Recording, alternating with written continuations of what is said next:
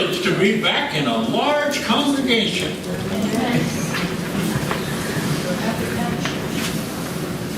Do you know why there's some empty seats in here? There has to be room for the angels.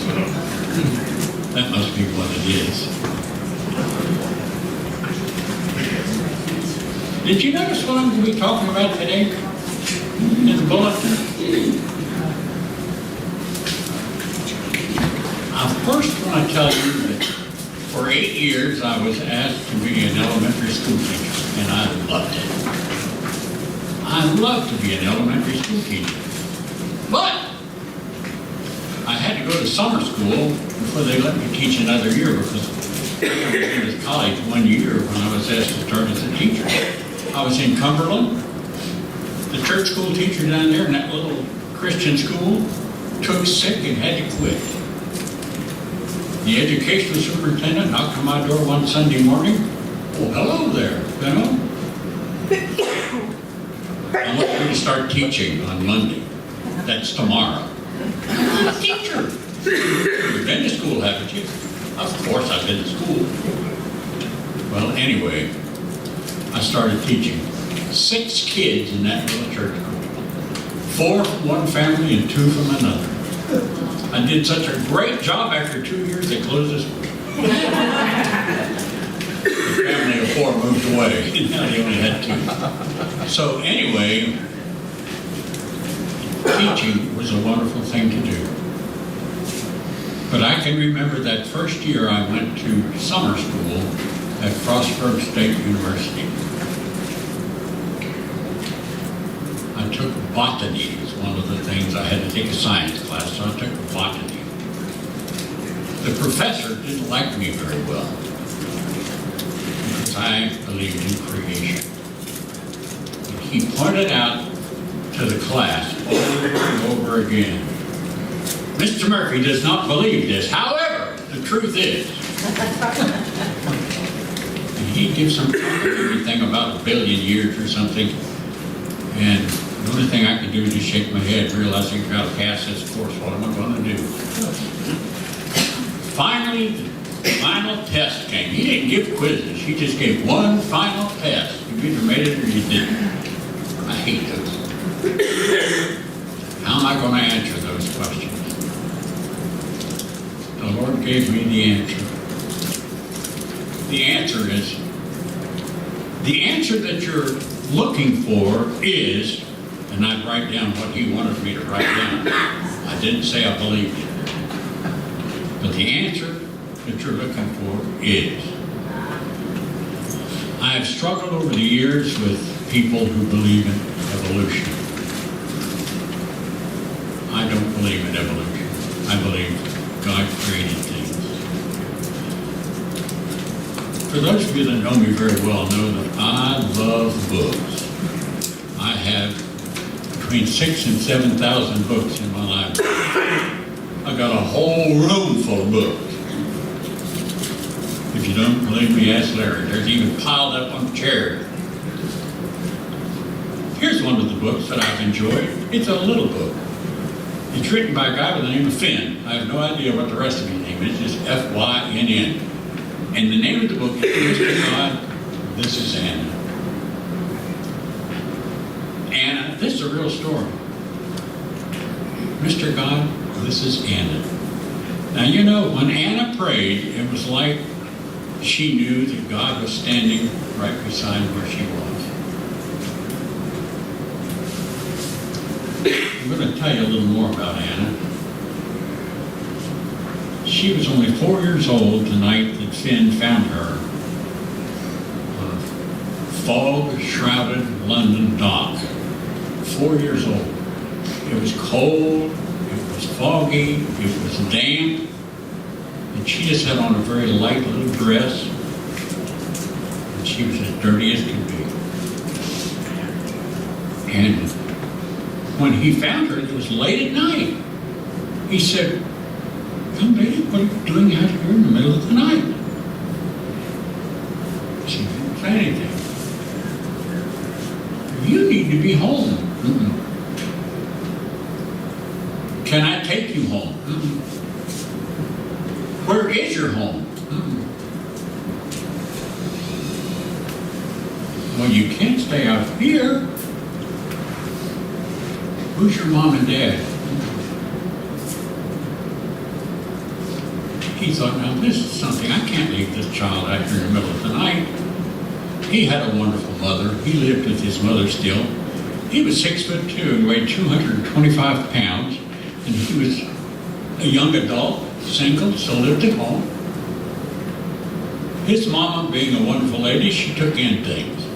She took in cats and dogs and people. Well, he said, I can't leave you out here. She said, I'm going home with you. I'm going to live with you. Well, let's go home.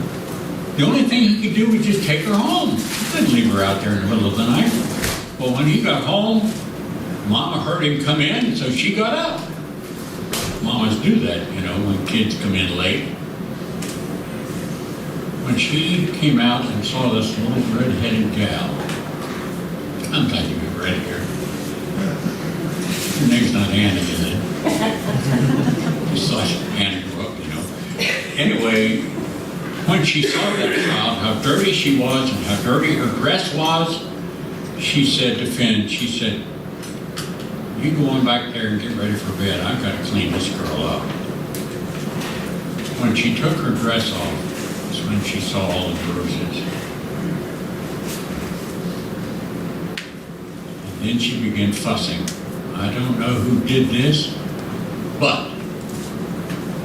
And since they were over there in England, she was not speaking English right then, if you understand what I mean. She was so upset over this little girl that had been beaten so badly. No wonder she didn't want to say who her home was. No wonder she didn't want to say who her parents were. She gave her a bath, washed her dress, and put somebody's shirt on her and put her in bed. It wasn't very long and heard something. Anna was coming back. She said, I'm going to sleep in the room with you. She felt safe with him. And so there was a couch in the room where he stayed, so he went over on the couch and he made her a bed and he put her in there, tucked her in, and she was happy. Well, it just so happened that before she would go to bed, she had to talk to Mr. God. So she got down on her knees right by the couch. And that's how she started her prayer. Mr. God, this is Anna. And she thanked Mr. God for Finn and for Mama and for a clean place to live. And that it was warm. Well, it just so happened that this little girl was extremely intelligent. Let me just read a little bit here. One evening, she and Finn were out sitting on the railway wall watching the trains go by. Anna was drinking some lemonade. Suddenly, she started to giggle, and she giggled and giggled until she got the hiccups. And when finally she'd settled back to normal, Finn says, what in the world was so funny?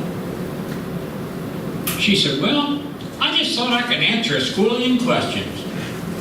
A squillion, that's a word she made up for that amount, way beyond what anybody could figure.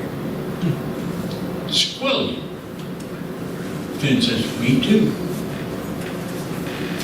Not surprised at all. Anna leaned forward excitedly. Finn, you can do it too? Sure, he said. Nothing to it, mind you. I'll make about a half a squillion wrong. That disappointed her. She said, oh, I get all my answers right. This is going too far, he thought. get all yours right? The correction was in order, and he firmly said, you can't. Nobody can answer a squillion questions all right. I can't, she said. I really can't. Now, he was ready to scold her, and he got a hold of her and turned her so he could look right in her face. He was met with a pair of eyes, calm and certain. She said, I can even teach you. And before he could say another word, she was off. What's 1 and 1 and 1? Well, 3, of course, he said. Well, then what's 1 and 2? 3. What's 8 take away 5?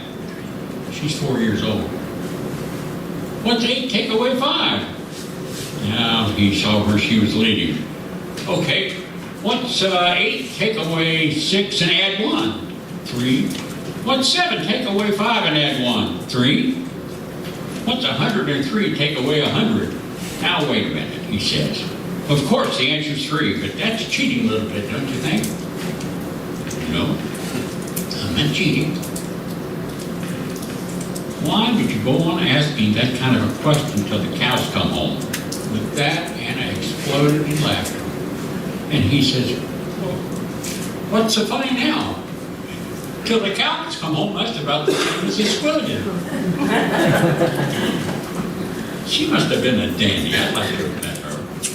Anyway, then he realized that asking questions till the cows come home was, to her, about the same as a squillion. It's an amount you can't figure. But then she turned the thumb screw one more turn. Then, what's a half and a half and a half? And he put his hand right over her mouth. That's enough, he said. He didn't need to answer. He got the message. She finished off with, and how many question sums is 3 the answer to? Well, duly chastised, he answered, squillions, of course. He turned away to watch the trains, and after a moment or two, she put her head on his shoulder and said, isn't it funny, Ken? Every number is the answer to a squillion questions. With that was the beginning of a game that they would play for many months. Start with the answer and find the question. Any number, any sentence, anything you could say was the answer to something. For Finn, it was not only a game, but an education in reverse. He'd been taught the old-fashioned way. You get the question first, and then you search for the answer. But this little tiny redhead was teaching him a new approach. She was teaching him to walk backward until you last bumped into the question. Walking backward, of course, is not always the safest way to proceed. But Anna's game was not really new. The advocates of evolution have been playing that game for many, many years now. In the supposed magic of long ages in the past, they have found the answer that they like. Now we start from there. Like Anna, they proceeded not from the question to the answer, but starting with an answer and then hunting for a question. Think about that. Do you think I'm overstating the case? I don't think so. Evolution is definitely based upon assumptions, and these assumptions have not been proven. Evolution assumes, number one, that nature had always behaved just as it does now, and number two, that the uniform action of nature has never been interrupted by catastrophe.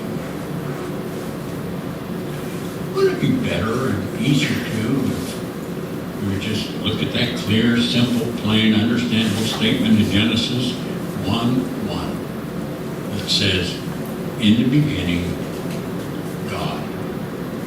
Then it says about God, in the beginning, God created the heaven and the earth. Over and over in the scripture, God identifies himself as the one who made everything, and the one who made heaven and earth. In contrast, he speaks, as we read in Jeremiah 10, verse 11, the God that has not made the heavens and the earth. Then he asks in Isaiah 44:8, is there any God besides me or any creator, even one that I do not know? Then he throws out that challenge. Isaiah 41:21 from the New American Standard Bible. Present your case. Bring forward your strong arguments, the King of Jacob says. The gods of accident and chance, along with the gods of wood and stone, have a standing invitation to demonstrate their creative power. They can't do it. They are said to have performed wonderful things of change, of evolutionary progress in the distant past, but nobody can get them to perform now. Even in the darkest nights, or when the most isolated wilderness, or tropical heat, or Arctic cold, where it's wet or where it's dry, in the air or under the sea, cats have never been turned into dogs. Robins have never become seagulls. I read something. It reminds me of one of the many court cases in the controversy over Alexander Graham Bell's right to the telephone patent. On this occasion, lawyers brought into court the model of the 1860 Reis machine, R-E-I-S, a German inventor's device that just missed being a telephone. They hoped to demonstrate in court that the Reis machine could talk, and that therefore the Bell patents are not valid. And to the courtroom's amusement, however, experts tried in vain to get the device to perform. It would squeak, but it wouldn't speak. And one lawyer explained in desperation, it can speak, but it just won't. That's the dilemma that I find in evolution. They say it works, but they can't get it to work now. Their theory has worked, they tell us, but it just won't. The truth is that Darwinism has been in trouble for some time now. Things haven't been going well for all of its promoters.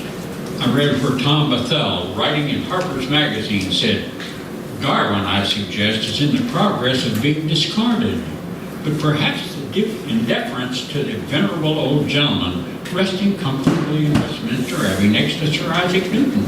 It's being done as discreetly and gently as possible with the minimum of publicity.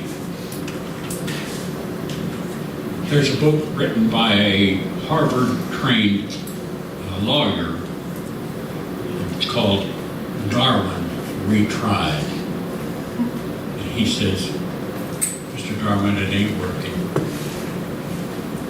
Creationists were insisting that evolution be presented in the schools as a theory rather than a fact, and that the Genesis account of creation be placed alongside it so that students can have a choice. A professor at Frostburg State wouldn't have a thing to do with creationism. Yet Darwin's in trouble. More and more scientists are realizing that the concept of evolutionary theory is just too unreasonable. I want you to stick with me here for a while. They're realizing that it's simply impossible for intelligent life, or any life at all for that matter, to have evolved from nothing. How could something start from nothing that had no creator? How do you suppose this little table got started? Did it just one day kind of, whoop, there it is? No. Everything that you can see or hear or taste or feel had a beginning. Isn't that right? Actually, Darwinism in its original form has long been dead. We know now that the variations we see in species are strictly limited to the genetic information stored in each biological kind. These variations could never be a means of producing new kinds. The latest discoveries in the field of genetics, rather than supporting evolution of new kinds, are the most powerful evidence which has yet emerged against that whole theory. There's very little comfort for the evolutionists when they start running into DNA. The truth is that the new biology has raised more questions than it has answered. Scientists are baffled as to how the simplest organic molecules came into existence in the first place. And I'm going to dive a little deeper into things to get a good grip on your brain, okay? Still more baffling is how proteins, and genes got together in the first cells. The chances against it are tremendous. The science of genetics, you see, shows how changes may occur by the assortment or recombination of genes. These changes concern only minor features, such as color, or shape, or size of parts. The major features that distinguish one kind from another, like a cat different from a dog or a lily from a rose, has never been known to change, ever. They're fixed. Now let me say this right here. Darwin is not wrong in everything he taught. Some features of his work were correct. He showed that variation does take place in all organisms, and that these variations are the basis of the great bulk of the species that we now know. Today, the cataloged species of animals number about 1.5 million. 1.5 million different animals. Most of those probably are insects, but they're still animals. And there's almost 500,000 different species of plants. My professor believed that, but he thought they just kind of happened. But there's where Darwin made his big mistake. He attempted to account for not only species, but for the larger categories too, the families, the orders, and the classes. In trying to do this, in trying to make the facts fit the assumption, like a little girl did, he went deeply into vague speculation and led the world into a belief in organic evolution, the concept that scientists have found impossible adequately to prove. Actually, the variation that we see within all kinds of animals is evidence of adaptation rather than being the result of organic evolution, is evidence of the Creator's power and forethought and care for his creatures. Let me see if I can explain that a little bit. We recall that God, when he had finished creating our world and all that was in it, found that it was very good. Right? It was perfect. Perfect. Didn't need to adapt. But when sin came in, all that was changed. The environment, the climate, all underwent change, sometimes drastic change. So what did a loving Creator do? Did he leave the creatures that he had made with no defense against those new, often unpleasant conditions? No, he gave them the ability to adapt. That does not mean that he gave bears the ability to become leopards, or horses to become lions, or worms to become robins, or gorillas to become men. You see what I'm saying? Evolution, I say again, is in trouble. No matter how enthusiastically it tries to sell its speculations, something in nature keeps standing up and saying no. For instance, one of the most puzzling problems is the theory of evolution. In the theory of evolution is that vertebrate animals have no ancestral roots. The animal kingdom, as you well know, is divided into two major groups: vertebrates and invertebrates. Those that have backbones and those that don't. Now, if the theory of evolution is true, then there must be a bridge between these two groups. Somewhere among the invertebrates, there must find an ancestor to the vertebrate. Many guesses have been made, but in every case, the structure of the two forms of life is so different that ancestry is completely impossible. I read this and I couldn't believe it. Some evolutionists suggest that the vertebrates originated with the annelids. You know what the annelids are? They're the earthworms. things with backbones started with a fishing worm. Does a fishing worm have a backbone? No. No, it doesn't. Anyway, an early worm, according to this theory, many millions and millions of years ago gave rise to the creature that after millions and millions of generations became a robin or something else. But any such succession would require such a complete rearrangement of anatomy that it's out of the question. The robin itself, I saw it in my yard this morning, tweet, tweet. It says, no, no, I didn't start out as a worm, I think. And then there's the matter of time. Time is something that the evolutionists have plenty of. They add or subtract a few billion years without batting an eye. How long has it been since creation? How many billions of years? It's about 6,000 years. Go into the Bible and start adding up people's ages and who had a son and how long they lived and who had a son and how long they lived. And the next thing you know, you get to about 6,000 years. Supposedly, the evolutionists say anything can happen, just give it enough time. Take the little seagull. How long would it take to produce a seagull by the process of evolution, if it could be done at all? All right, here we go. Hang on. Evolutionists usually speculate that life began in a primitive soup of simple molecules that formed by chance. And these simple molecules randomly combined until, by luck, they formed a large, complex molecule that could play an important role in a living cell. And ultimately, life began, or at least that's what they say. But recently, even some evolutionary scientists have begun to wonder. And they wonder if life really did begin that way. And I read what one scientist said. He said, you see, a simple protein molecule might contain 30 amino acids joined together end to end in one single line. You got that picture in your mind? But that isn't so simple because there are about 20 different types of amino acids, and one of which could occupy any or all of those 30 positions.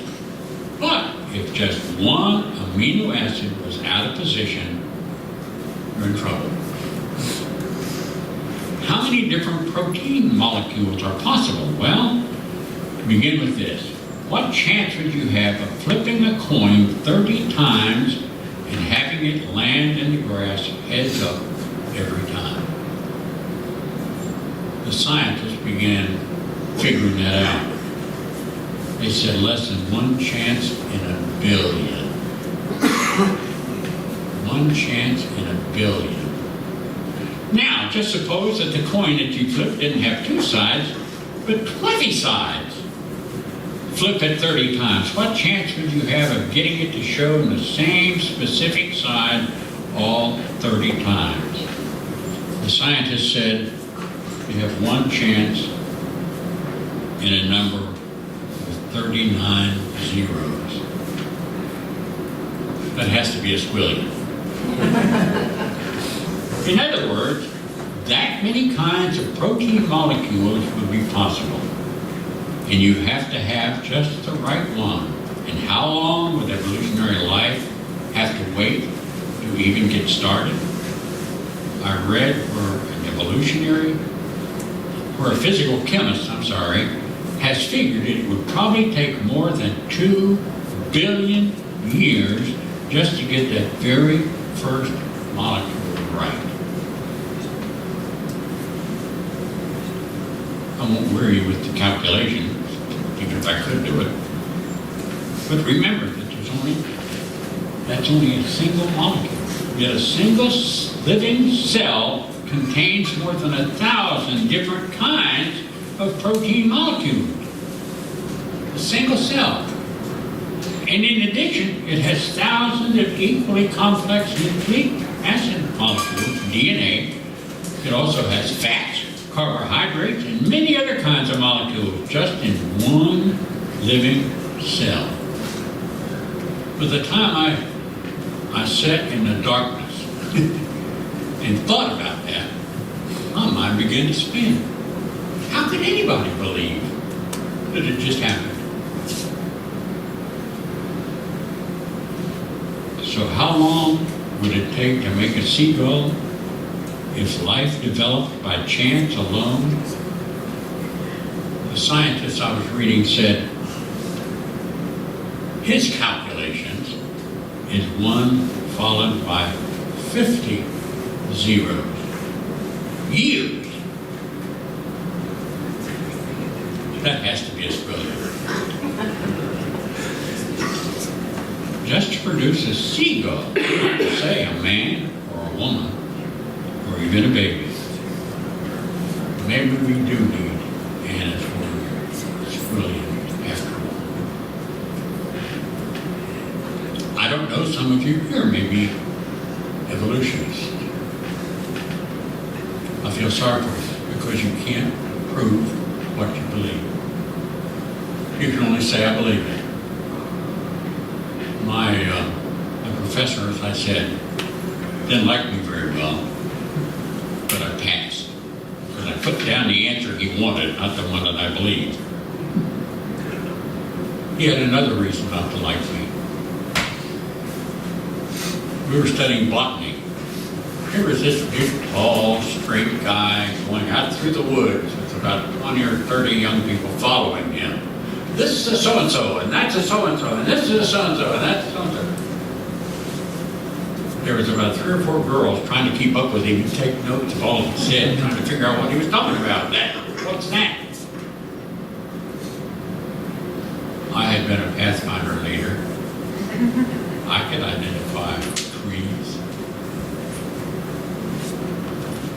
I could identify more than he asked us to. 25 different ones. I remember one of the boys said, "You mean there's 25 kinds of trees?" There's probably 25 kinds of maples and oaks. Well, anyway, when he turned around, I had most of the kids back there with me. And I was showing them, this is this kind of a tree, and this is how you recognize it, and this is the kind of bark it has and stuff. You should have heard him scream.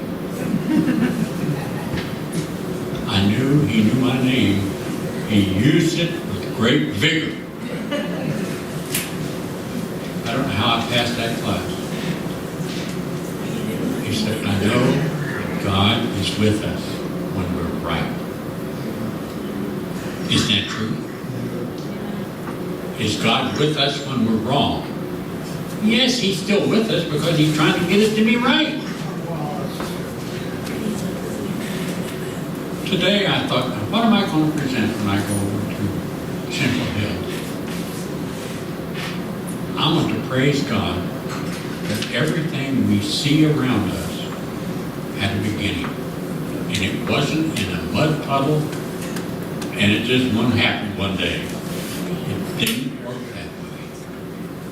In the beginning, God.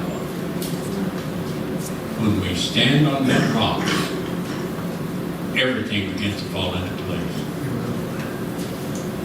But when we say, well, you know, several billion years ago, a robin used to be a worm. Forget that. It just doesn't work that way. Do you happen to have a Hershey bar? Did it just happen? Or did somebody make it? It's Hershey's company. Any other questions? When my boys were small, they probably don't even remember this. I was trying to teach them how God made everything. And how everything, you know, seeds, within that seed is the life of a big plant. So I had them plant Cheerios to raise donuts.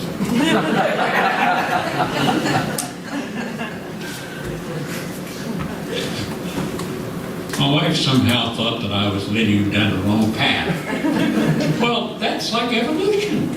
You know, you plant Cheerios to raise donuts because they say it'll happen. It doesn't happen. The thing that amazes me, I was in Israel one day, and I found a plant. And the seeds of that plant were so tiny, they lined up in a little crack in my palm. Tiny, smaller than a period.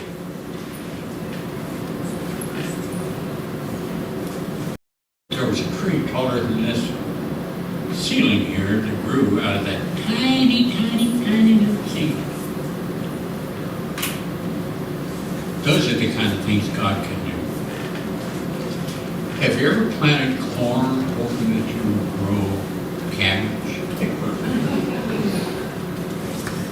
Have you ever planted cabbage hoping you grow corn? No, of course. Within that corn kernel is a great big corn plant, just waiting to spring forth if you have soil and water. How wonderful it is as a Christian to know that, like Anna, we can pray, Mr. God, this is Randy. And He knows me and loves me and cares for me. And I'm not an old man, I just had 84 birthday, that's all. But one day, when it comes time, and He breaks open the sky, whether I'm under the sod or over the sod, makes no difference. I will see Him as He is. Let's pray. Again, Heavenly Father, it's a wonderful thing to know Jesus and to know the Creator of all things, and to know that He, by His own power even now, are holding everything together. And I ask Your blessing upon this congregation as they build their building, pay for their building, and You're helping them. And we thank You in Jesus' name.